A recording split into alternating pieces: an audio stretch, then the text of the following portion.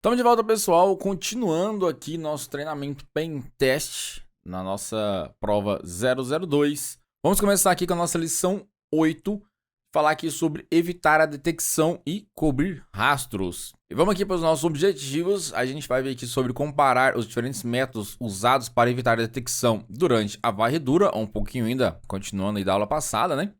Como a falsificação e técnicas Living off the Land.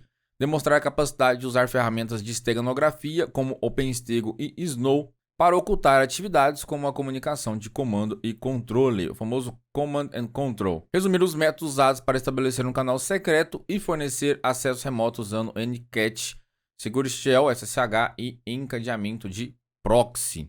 Vamos aqui para o nosso preâmbulo. Ao varrer ativamente a rede, a gente precisa tomar certas medidas para a gente evitar ali a detecção, né? A gente não ser detectado ali durante essas varreduras. Nesta lição abordaremos como usar uma variedade de técnicas para ocultar essas atividades.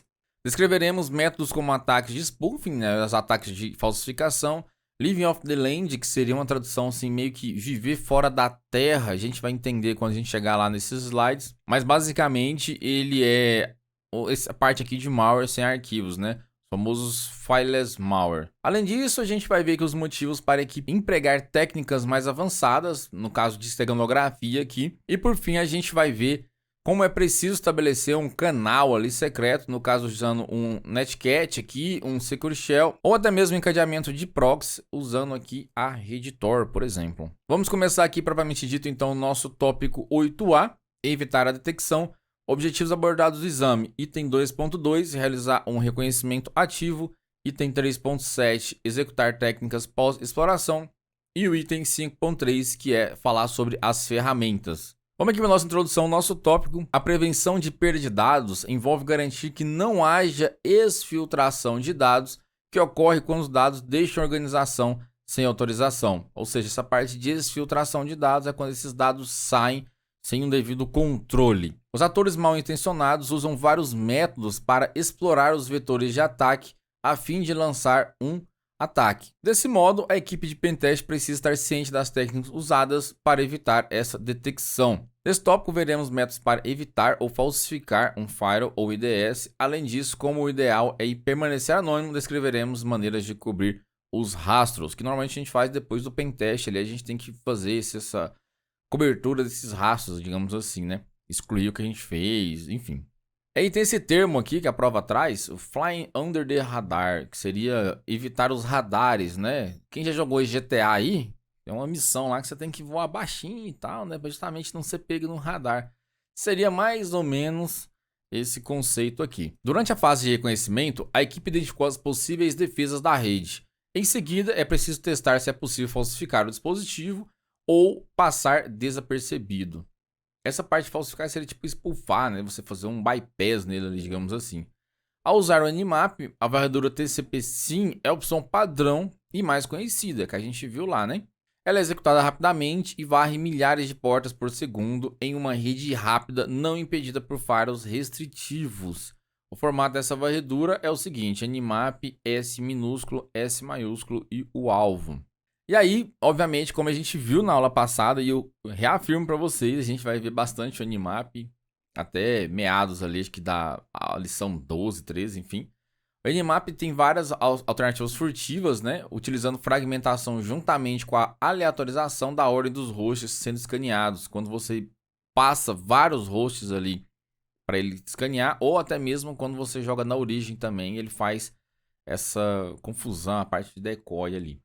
Opções de falsificação que enganam o dispositivo ao utilizar um chamariz, um decoy, que eu acabei de falar, que é quando a gente coloca ali um endereço falso, um IP, ou uma porta falsa, ali, ou especifica uma porta para sair como origem. Então a gente vai ver que tem essas alterações, inclusive no lab a gente testa isso também, e a gente vê que às vezes funciona. E aí a gente tem aqui essa tabelinha de algumas opções furtivas aqui. O S, "-S", F maiúsculo, ele vai enviar um fim TCP aqui para ignorar um firewall sem estado. E aí a gente tem um F minúsculo, que ele vai fragmentar esses pacotes ali de 8 bytes para dificultar que os firewalls consigam fazer essa detecção ali. E a gente tem essa parte de randomize hosts aqui, que ela vai randomizar a ordem dos hosts que estão sendo varridos. No caso aqui, como vocês podem ver, ele tem um range de 1 em 100. Normalmente, ele começa aqui, 1, 2, 3, 4, 5 e vai assim sucessivamente. Então, ele faz essa randomização para tentar mudar ali o comportamento padrão desses scanners aí. Obviamente, acho que dependendo da forma desse scan ali, o IDS ele tem que ser um pouquinho mais inteligente para ele conseguir pegar isso daí. E aí tem essa questão aqui de usar um decoy, né, que seria uma tradução, não consegui encontrar bem exatamente, mas meio que um chamariz, que seria basicamente você realizar um escaneamento de porta aqui em um host e você vai usar esses chamarizes aqui para meio que falsificar ali a origem. Na verdade, é bem falsificar. Você vai colocar outras origens junto com a sua para tentar não ficar claro ali, né? Não deixar tão as claras ali que somente você que está fazendo esse scan. Então, vai ser meio que um reencaminhamento ali com a falsificação dos IPs de origem e outros IPs também. E aí ele traz o texto aqui como se fosse você se misturar a multidão, né? Por quê? Como que ele funciona? É a função "-d" maiúsculo e você colocar aqui o decoy 1, 2, 3 e tal. E aí você coloca aqui o IP. Então se você tem lá o IP, sei lá, 192.168.010, aí você coloca aqui o 020, 030, 040 e mais os outros IPs. E pode colocar o IP também, não só privado assim, mas pode colocar outros IPs. Então se você já fez um scan prévio da rede, você pode colocar alguns IPs de outras marcas que você colocou. Você já viu já, né? Então, ele vai colocar isso como origem, entendeu? Então, obviamente, eles não vão receber, você não vai receber a resposta desses decoy, mas é só por uma questão furtiva ali mesmo no IDS. E você vai receber somente a do seu IP válido ali. Mas como vai ter outros IPs ali, o IDS ou Faro tende a achar que não é um ping sweep ou uma tentativa de varredura na rede. Outra opção é usar chamarizes gerados aleatoriamente, e aí você coloca o random aqui, um RND, e a quantidade que você quer. Então ele vai gerar IP aleatório, dependendo da quantidade de IP aqui. É até mais fácil você especificar decoys. Enfim, são funcionalidades aqui, opções que a gente precisa também ver e aprender. Vai que um dia a gente precisa usar isso daí, né? Anunciar o endereço IP falso. Outra opção para confundir o IDS ali é você usar o endereço IP falso para fazer com que os pacotes estão aparecendo da outra origem. O decoy lá, ele aumenta, né? Além do seu também ali, ele vai aumentar. Mas aqui também tem essa parte aqui. Você vai colocar o "-s" maiúsculo. E aqui o que parece? Esse "-s" que ele está redirecionando aqui, né? Está referenciando a essa URL do Google. E você vai escanear aqui o Nmap. E aí tem aqui a explicação, né? Faz parecer que o google.com que está tentando varrer o scan me.nmap.org. Tranquilo? Vamos falar aqui sobre a parte de MAC falso. Em alguns casos a gente pode também querer ali que o MAC seja específico ali de um outro dispositivo, né? Tanto na parte de, a gente viu a parte de IP, tem na parte de MAC também. Dependendo do sistema ali, vai ter determinados bloqueios. E aí tem essa opção aqui, menos spoof-um MAC, o tipo de fornecedor e endereço MAC. A gente já viu mais ou menos na aula passada, se não me engano, o MAC lá, ele tem esses números aqui, certo? E aí os 3 primeiros aqui, ele tem a ver com o fornecedor, ou seja, quem que é o fabricante do MAC. Eu sei que tem um aqui que é específico do fabricante, as outras é questão de serial, de controle interno, mas enfim, os 3 primeiros duplinhas aqui, eles são referenciados com o tipo do fornecedor, no caso a marca, enfim. E os 3 últimos aqui seriam o número de identificador único. Então, por isso que eu falei para vocês na aula passada, só de você fazer o scan, ele já consegue detectar e imaginar qual que é o fabricante desse Mac. Às vezes se tem uma VMware ali, ele coloca lá que é VMware, ou às vezes se é algum fabricante de hardware, ele coloca lá qual que é o fabricante, sei lá, Asus, ou Apple, enfim, Samsung, e vai colocar ali qual que é a fabricante daquele Mac ali. Especifique um MAC aleatório com base na categoria do fornecedor, ou seja, o Nmap ST spoof "-Mac Apple que scan-me cria um endereço de hardware aleatório da Apple. Bem específico isso aqui.